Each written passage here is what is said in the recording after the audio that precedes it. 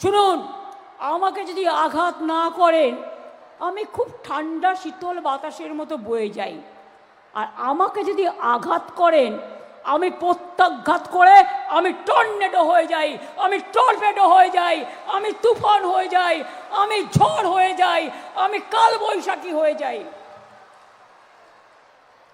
আমাকে রোকার সাধ্য আপনাদের নেই। এসআইআরের নামে চক্রান্ত করে নাম কাটছেন কেন? মানুষের প্রতি বিশ্বাস নেই?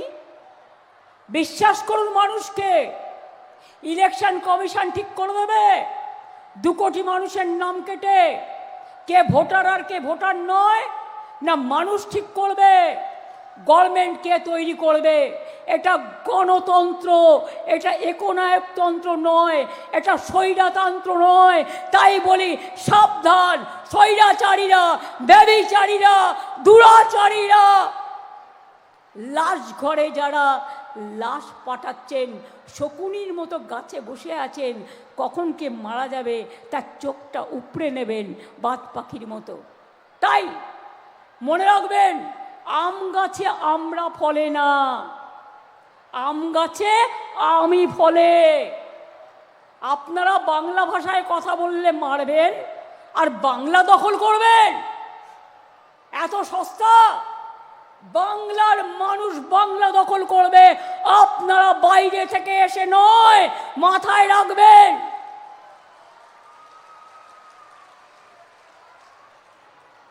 আমার আজকে এখান থেকে দিল্লি যাওয়ার কথা ছিল, দিল্লিকার লাড্ডুদের একটু চেহারা দেখার জন্য,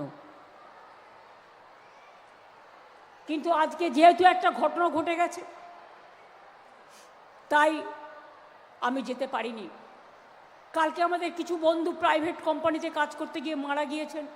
আমি ববিকে পাঠিয়েছিলাম, অরূপকে পাঠিয়েছিলাম, তাদের পরিবারকে 10 লক্ষ টাকা করে বাউ মোমোও দিচ্ছে, ওয়াও মোমো, এবং ডেকোরেটররাও 5 লাখ টাকা করে দিচ্ছে। এবং পুলিশকে আমি বলেছি তাদের পরিবারকে একজন করে সিভিকে চাকরি দেওয়ার জন্য। আমরা কিন্তু আপনাদের মতো অমানবিক নই, এটা মাথায় রাখবেন। কিন্তু আজ না হলে কাল তো আমি যাবই। তার কারণ মানুষের অধিকার আপনারা কাড়বেন আর আমি চুপ করে বসে থাকবো, তা তো হয় না।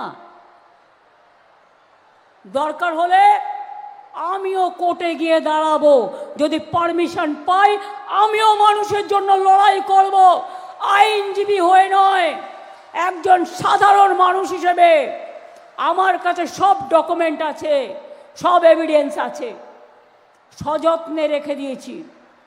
জ্যান্ত মানুষকে মৃত বানিয়ে দিয়েছে। একটা মানসিক প্রতিবন্ধী, ফিজিক্যালি চ্যালেঞ্জ, তার বাবা মাকে নোটিশ পাঠিয়েছে। বলুন তো, তার বাবা মা মরে গেছে সুইসাইড করে, নোটিশ দেখে। ছেলেটা কোথায় যাবে? তাকে কে দেখবে? কত কষ্ট। 95 বছরের মহিলা ডেকে পাঠাচ্ছে। সাথী আমাদের এমএলএ বলছিল, আমি মুসলিম বলে, আমার বরের নাম আকবর বলে আমাকেও ডেকে পাঠিয়েছে, শশী পাজাকেও ডেকে পাঠিয়েছে, জয় গোস্বামীকেও ডেকে পাঠিয়েছে।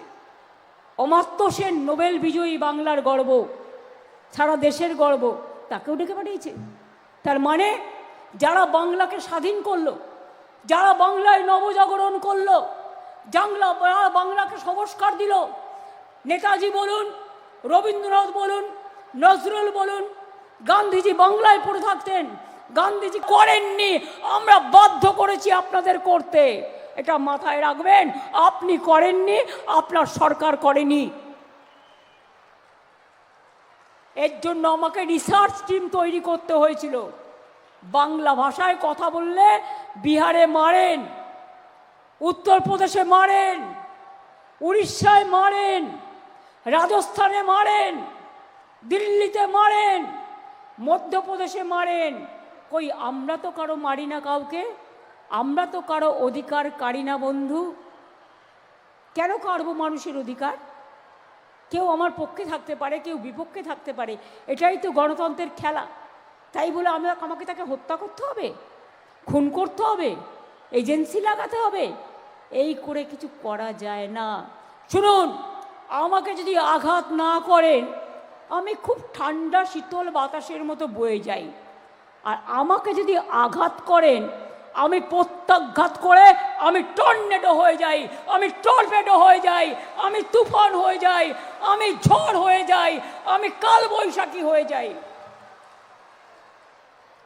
আমাকে রোকার সাধ্য আপনাদের নেই। এসআইআরের নামে চক্রান্ত করে নাম কাটছেন কেন? মানুষের প্রতি বিশ্বাস নেই? বিশ্বাস করুন মানুষকে। ইলেকশন কমিশন ঠিক করে দেবে 2 কোটি মানুষের নাম কেটে কে ভোটার আর কে ভোটার নয়, না মানুষ ঠিক করবে? গভর্নমেন্ট কে তৈরি করবে? এটা গণতন্ত্র, এটা একনায়কতন্ত্র নয়, এটা স্বৈরতন্ত্র নয়। তাই বলি সাবধান, স্বৈরাচারীরা, ব্যভিচারীরা, দুরাচারীরা, লাশ ঘরে যারা লাশ পাঠাচ্ছেন, শকুনির মতো গাছে বসে আছেন, কখন কে মারা যাবে তার চোখটা উপড়ে নেবেন বাদ পাখির মতো।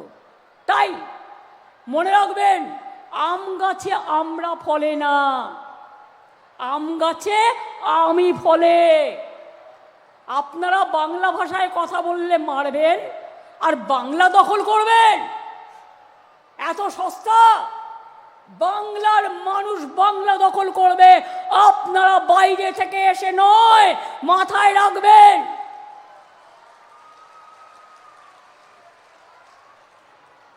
আমার আজকে এখান থেকে দিল্লি যাওয়ার কথা ছিল, দিল্লিকার লাড্ডুদের একটু চেহারা দেখার জন্য। কিন্তু আজকে যেহেতু একটা ঘটনা ঘটে গেছে,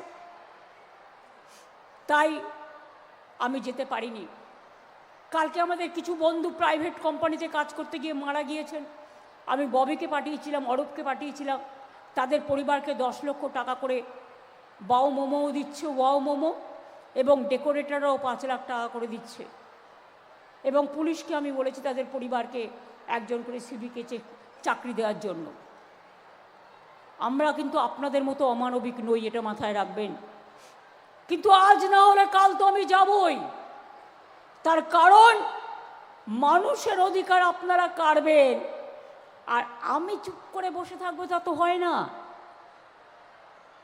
দরকার হলে আমিও কোর্টে গিয়ে দাঁড়াবো, যদি পারমিশন পাই আমিও মানুষের জন্য লড়াই করব, আইনজীবী হয়ে নয়, একজন সাধারণ মানুষ হিসেবে। আমার কাছে সব ডকুমেন্ট আছে, সব এভিডেন্স আছে, সযত্নে রেখে দিয়েছি। জ্যান্ত মানুষকে মৃত বানিয়ে দিয়েছে। একটা মানসিক প্রতিবন্ধী, ফিজিক্যালি চ্যালেঞ্জ